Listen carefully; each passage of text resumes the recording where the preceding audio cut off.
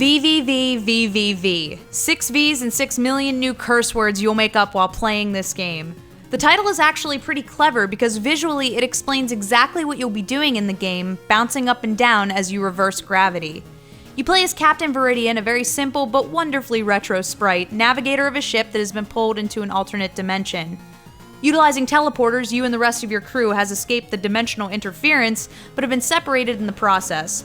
The object of the game is to collect all of your crew members who have been scattered about this massive and dangerous land.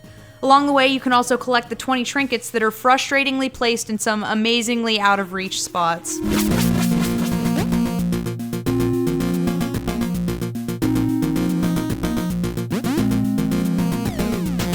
Veridian can't exactly jump, but he can alter gravity to move from one surface to another. The challenge is that you can only shift gravity while standing on a surface.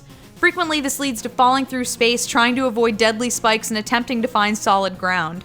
You can control this game one of two ways, either reversing gravity by pressing the spacebar or by using the up and down arrows. After that, it's merely directing yourself left or right.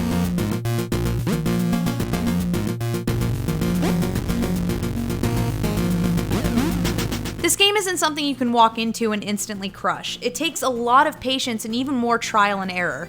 New gameplay concepts introduced halfway through the title, such as the lines that cause gravity to change, aren't explained but merely placed there for you to learn on your own. This game is simple in controls, so logically, there really isn't much to explain. VVVVVV looks and feels as retro as it gets. With practically no detail in environments or characters, hard chiptune tracks, and simple controls, you might think you're playing on a Commodore 64, and the high level of difficulty just hammers that idea of retro gaming home. But god, talk about a rage fest.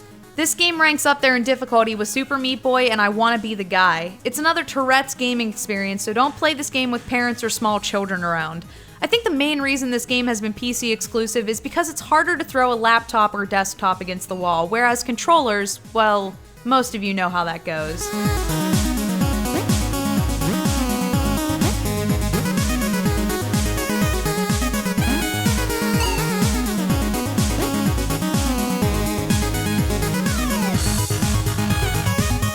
Much like in Super Meat Boy, dying, which frequently occurs, doesn't come with a feeling of consequence, but with the difficulty and necessity of death in order to work out certain room puzzles, that balances the game perfectly.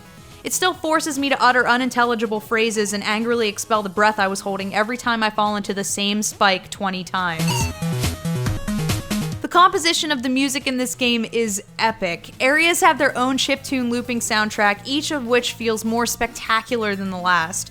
Artist Soul Eye, not to be confused with the rapper Soul Eye, created all of the music in VVVVVV and released the songs on the original soundtrack titled, well, PPPPPP. If you have ever rocked out to the Kid Icarus music or sat around humming Tetris, get this album. It's fantastic.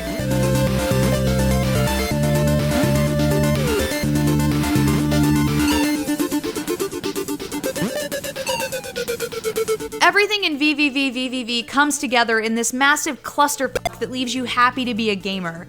So to wrap things up, VVVVVV. Yes, get it.